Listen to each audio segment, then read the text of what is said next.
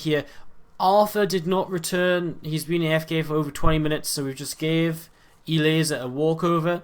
And Elazer is now in the decider match here against DmC. These two guys playing for an opportunity to play in the quarterfinals of the SC2 Improved Summer League. They have already played once today, and DmC came out 2-0 ahead of his opponents. So let's see what happens again as we go into this final match of today. In the lower left-hand corner, we have the yellow Zerg play from AT Gaming. It's going to be... You know it. You know it. It's Elazer. And in the upper right hand corner, we have the red Protoss player from Vega Squadron. It's DmC. Hey! Alright, awesome stuff. So.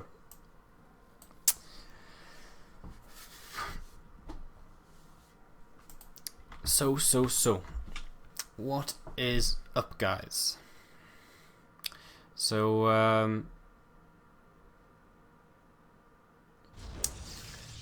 yeah, Nexus comes down here to start things off. Elazer has opened up with a pool first. How is everyone in the chat doing? We're sorry for the downtime. Absolutely nothing we can do if a player just decides to go AFK and, you know, basically never return. So yeah, nothing much we can really do about that at all. And yeah, so a little bit shitty, but that's just how things go. Whoa, we had all of a sudden a whole bunch of a whole influx of followers. So shout out to everyone who's just hit that follow button. I say a huge influx, actually just a couple of guys, but thank you very much nonetheless. WCWS or WS33WS. I don't know how you want me to say that exactly. And shout out to Runeweaver JT as well, who's also hit that follow button, guys. Of course, if you do enjoy the show, do make sure to follow as we are getting set up into this game. Not too much happening at the start of this PvZ. Remember, these guys have played once already today. One game DmC went for, on this map in fact, he went for a very aggressive free base play where he basically just masked up on stalkers. And of course in the other game as well, it was a bit more of an all-in. I can't actually remember exactly how it went, but he was able to best. Actually, this game was a very scrappy game. He was very aggressive over free bases, but then Elazer held on for a long time with roaches and lings. 4 lings here actually are going to do a little bit of damage. That was, or maybe just 3 zerglings actually, sorry. Killing a single probe already, and may try and get another one on this gas. Ooh, he gets caught there though, so he actually loses 2 of the zerglings to the zealot. And we'll keep trying to run around, but it doesn't look as though he's going to be too successful here. It's just going to be as annoying as he can keeping this up. Might as well just get away with the zergling actually. I mean, Mothership Core and Stalker are on the way, so there's no real, you know, there's no real need at this point to you know, keep this zergling in there. So he could have just kept it alive, but he put it back in just in case any new tech went down. Wow, third base out the gold. So this is very interesting here from Elazer. Straight away looking as though he's straight away looking to be very, very greedy in this game. Now, is this something DmC has actually spotted? No, it is not, but it's something he's about to spot with the path of this Mothership Core. A bunch of drones transitioning over here, but only a single Zergling to defend. Another drone and a couple more lings, so nothing really over here at all to defend, as a Mothership Core and a Zealot are probably going to do a lot of damage here. And that's something which he's actually going to invest in a Spine Core, which I think is a smart decision. These drones are going to have to just back away for now. As a Stalker coming across here as well. DmC going to start getting some damage done here. Drones coming back to try and mine a little bit as some Zerglings do come in, but there's not that many Zerglings. The Mothership Core is going to be able to take down this Queen with the help of the Zealot and the Stalker. And the Queen guys very, very quickly here. The Zealot may die as well. No, keeps it all alive. And now, actually, honestly, I mean, Elazer is going to start taking a lot of damage. 6 more lings on the way, but there's nothing to shoot upwards. He may have to just make a Spore Crawler or something here, in all honesty, because that's the only way he's going to get rid of this Mothership Core anytime soon. And these rest of these drones are actually going to have to escape. Another drone goes down here. Queen pops out. And, I mean, this Spore Crawler might not even get up. This couple of Zerglings will be able to finally push this back along with that Queen.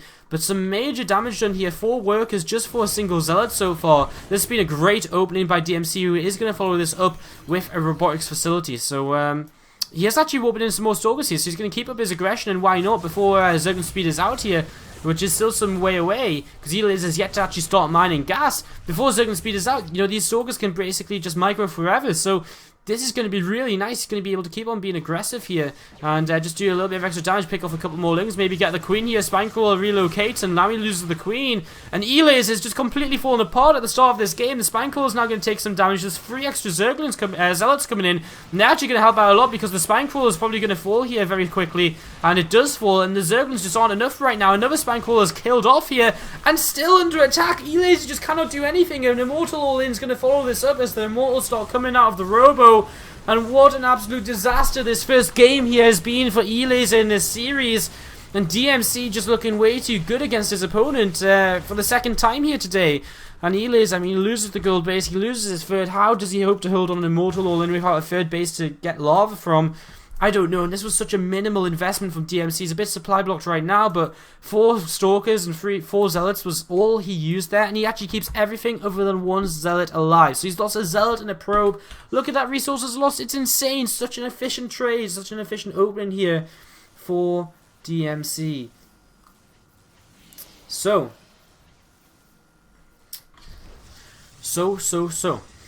What else is going on? DmC is trying to pick off an Overlord here, and in fact he can probably pick off both of these Overlords, which is going to put Elazer in even more pain.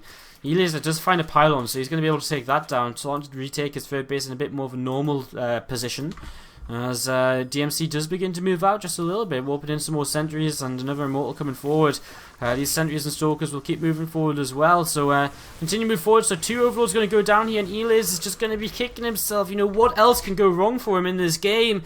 I don't think he's even going to get an opportunity to really fight against this Immortal Sentry army. He's trying to run by some Zerglings, and oh, he loses a few because he gets trapped. He does get to save a few of them. I mean, what does he do now? Some Zealots are just going to warp in his defense on this natural in case the Slingers do come here. And, you know, if they just sit against the wall, in fact, they're going to move across the map. If they did just sit against the wall, they could probably have traded quite well against these. Now they're going to get surrounded, so they get cleaned up quite easy. So that's something finally going in the way of Elazer, in the favour of him for once.